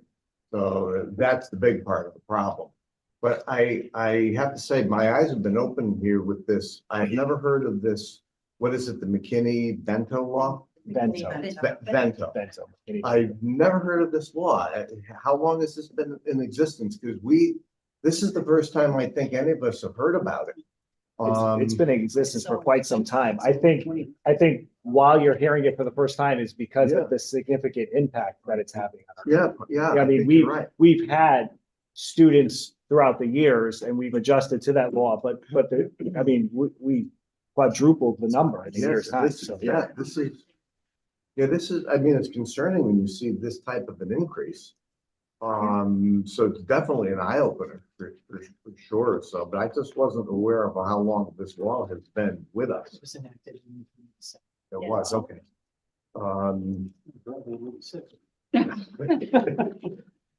But there was just one thing that I think this is just more of a comment as opposed to the question, because even till you see the pattern of the expelled students seem to be going up. And as you mentioned, because they're violating school policy, is there just a little example without getting really specific about that? Because I think some of that might be confidential. I mean, is it? We're not allowed to talk about specific cases, but there are definitives under state statute that require the board to take action, and that could be anything that has to deal with the selling or distribution of drugs, or a weapon on school property. Yeah. So, yep. And again, by law, we're mandated, even though they're kicked out. Yep. We still own them, for lack of a better word. And they return to our system because we can only expel a student for a full 180 days. Right. Yep. Yeah. Like Kim was saying, it's a public education. Yeah. I mean, it's good to like really know some of those things because many may not be aware of these types of mandates that are out there, and it's I think unfair to the Board of Education that has to deal with these things. And like I said, you're left without that kind of funding to do that. So well, and Eric, to your point, I mean, we don't budget for expulsions normally. Right.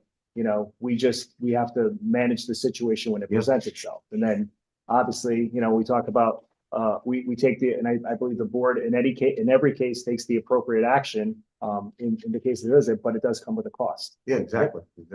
Is an expulsion for a school year or for life? For 1 year, for one academic year, so 180 days. Yeah, so that's one school year. Any other questions? Ben, down there? Any other questions? No, Anthony? I'm very much, with you. First, I want to say thank you to all the teachers, your staff, your staff for all you do for other students. Can't thank you enough, because I get into the system from time to time and I see it. Very nice to see these students doing so well. But, the 211 calls. So a 211 call will go in. Obviously, it doesn't come to anybody in the city. It goes to the state, I think, 211 calls, right? Do they refer them back to you, or how does that work? So we would make the call. Tracy, you want? Oh, you're making the 211 calls. So Oh, we- So I now I'm getting it. referred Okay. to the 211. Okay. 211 calls are basically your state emergency Yeah, situations. exactly. And anybody can make a call. I was referring to 211 because the data for Shelton shows a trend that's really heightening. It's heightening for, as I mentioned, people that are having housing crisis. It's raising for response to mental health needs. It's raising for addiction, and it's raising for suicidal ideation. So you can see that data in live time, that it has a website. You can plug in your zip code, and you can actually see how many calls are coming and going over, Confused which way the calls are going. Now I understand. When you have a teacher Correct. has to report, he sees a Correct. problem in the classroom, or even in a Or, janitor. So sees- or Anthony, a parent can make a call. Yeah, absolutely. Yeah, if they're having a crisis with their child at home, a parent can do it. Just as well as anyone could do 911. Yeah. 211 is the exact. So when the 211 call hits, you send the call out, so then the school system has to start to react. Well, when a If you- 211 call is made from the school, You're gonna. there's a mobile crisis unit that comes to the school. Usually that's to assess a student in crisis. Yeah. And often there are safety plans that result from that, or students are sent to hospitals. Yeah. As a result of their need. And then when parents make those calls from home, if it's in regard to a child that's in crisis, the mobile crisis unit travels to the home, and it's a 24/7 service. The two buildings outside, the modulars outside of Perry Hill, very interested in this. You want seed money of about 355, right? Well, the 355 is sustaining money for the staff. Okay, so when we talk about I'll use your term, the seed money, there is some initial costs that the building's been untouched for many years, and it's not, I mean, the facilities are in good shape. We assessed it, we went on the roof, we went underneath it for mold, we did everything we can, but they're not classroom ready. I mean, you're talking about a shell. So the breakdown, and that's about, we would say about a 60,000 capital to just get that. This is the issue where, in the conversations with the mayor, we would have our own people work on that, Board of Ed end and the city end. So what we can do, there are products that we need to buy, such as the interactive boards, or, I mean, right now in the modular, there's not even phones. So we'd have to install phones. That these commitment, simple that things. So commitment is there. Yeah, okay. Good. That The commitment. is there. 350 is going to be the annual sustaining of the staff within that All program. right, so for our investment of $400 something, okay, the first year, okay? And then after that, 350 or 360, whatever it grows. What is the back to that? What are we gonna get back to that? What are we gonna say? So, year, do you think? so we're projecting and we're estimating that we can save, I don't know my glasses. No, you had it. 380. It's on this page. 383. It's on the second. So in page. year Flip 183. this off. Yeah. Second Find your page. Second page of this form. Yeah. No, turn that over. Okay, So in year one, we project a $383,000 savings. okay. But then over time, we believe that would just continue to increase. Okay. So we've looked at numbers. When you look at some of these numbers, and this is where we talked about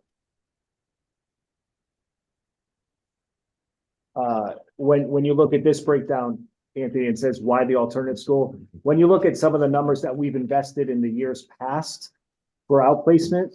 So I'm gonna give for instance, if you're looking at this chart right here.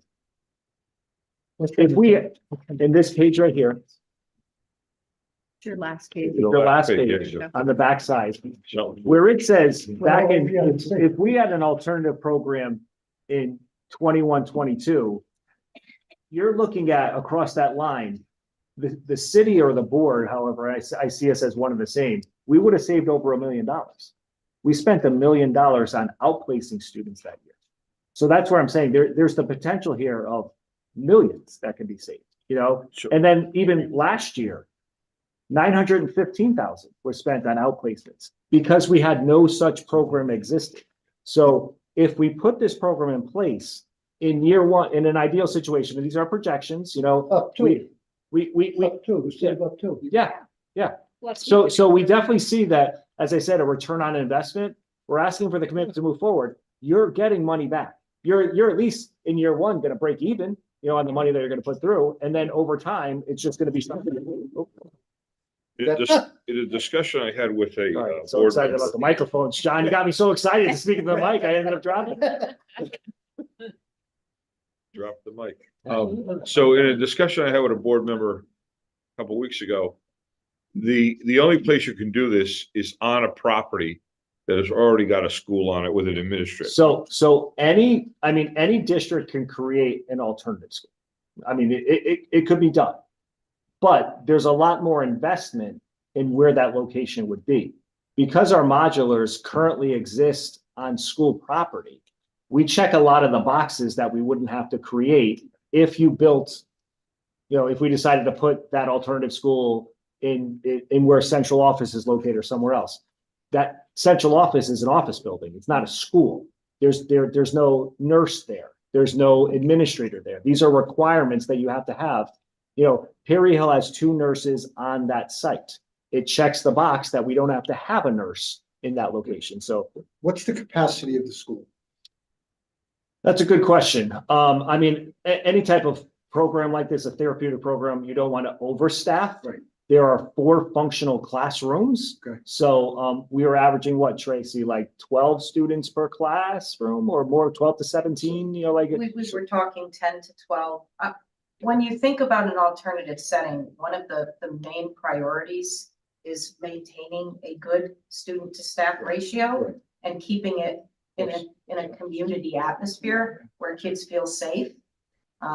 So the idea of keeping things, you know, in a manageable number is certainly important to But protect the integrity of the program. wait, to your point, like currently we have 7 students. Yeah, that's right. 7 students, you know, would save us this, you know, $500,000, you know, so that's what I'm saying. So Essentially taking 30 students from 30 surrounding students. towns. Correct, and correct. regionalizing the revenue center. And get rid of Yep. it. 30 I mean, students at obviously, point. our priority right now is the needs of our own students. No, I But understand. I'm of just course, thinking- if we have the opportunity to do that, and if we could help other towns, we would do that. Yep. So another 30 students, just hypothetical, at the $40,000 tuition that we could be charging is what we could bring Yeah, right so- now. And that blends with Tracy's point that if we did decide to, you know, put the maximum out by other towns, Yeah. then we definitely would have to spend the 350,000 to Right. make sure it's I understand. appropriately staffed, you know. But there's potential for another Yep. $1 and $1.5 million of revenue. if Correct. you can That is correct. regionalize it. Yep.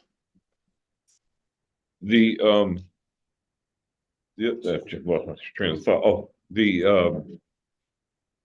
thought is that could more modulars be built there, or did anybody even look at that thought? Anything's possible. Okay, First steps first. I'm ready to go forward. I'll build it forward. But, okay, I appreciate the presentation. Thank you very much to all your staff who came today. Thank you. Yeah, you know, it shows you, your point, Anthony, is a good point. It shows you what can happen. Where, you know, I said this is 6 to 9 months in the work that came from Ken. Idea came from him. And we're working together. We're talking to each other. We're talking positively. We're trying to make good things happen.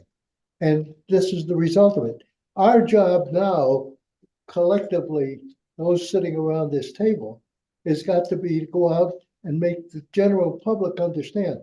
This is not going to be a funny year. It's not going to be an easy year. We spent roughly $6 million of our surplus to pay off the deficit for the city and healthcare deficit and special ed, et cetera. And we deleted what surplus money we had to start off this year. So the mayor's already indicated a raise in the taxes. And I'll tell you, you gotta look at it closely, but I think it's just a starting point. And I think we've got to make sure that the public understands what we're doing are good things, positive things. And got to get the word out there about the level of progress that the students are making. That's important. It's very important. That's what this is all about.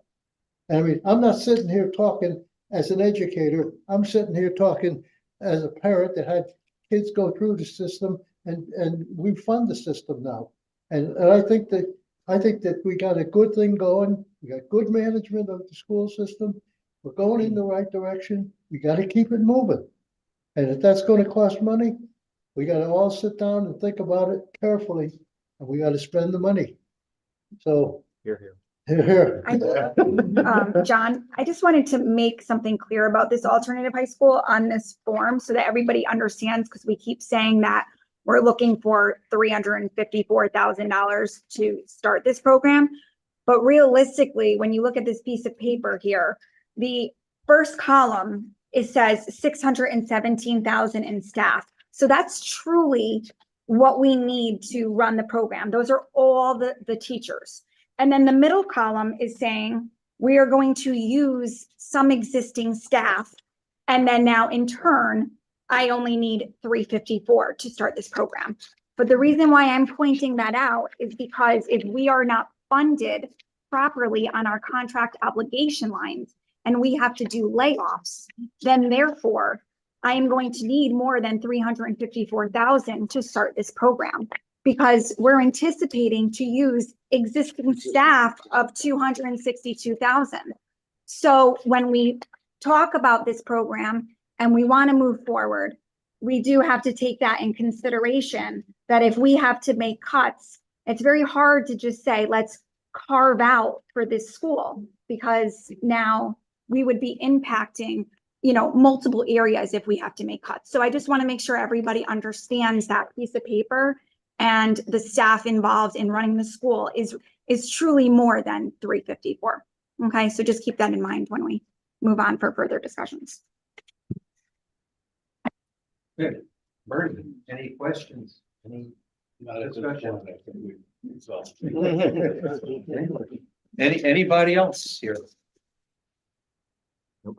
Okay.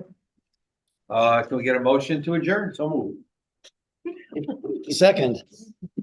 All in favor? Aye. Opposed? We're done. Thank you for your time and questions. We appreciate it.